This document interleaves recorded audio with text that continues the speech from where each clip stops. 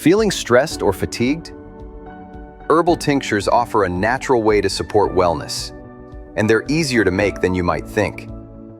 Tinctures are concentrated herbal extracts made by soaking plant material in a liquid like alcohol, vinegar, or glycerin.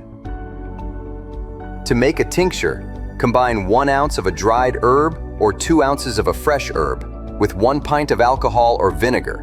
Seal the jar tightly and store it in a dark, room temperature location. Shake it a few times daily for 2 to 3 weeks. Once ready, strain out the herbs and store your tincture in a dark glass bottle. A typical dosage is 20 to 40 drops, up to 3 times a day, either directly or diluted in water.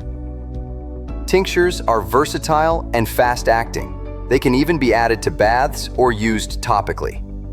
Start crafting your own tinctures today with high-quality herbs from the Apothecary Shop, the official store of ACHS.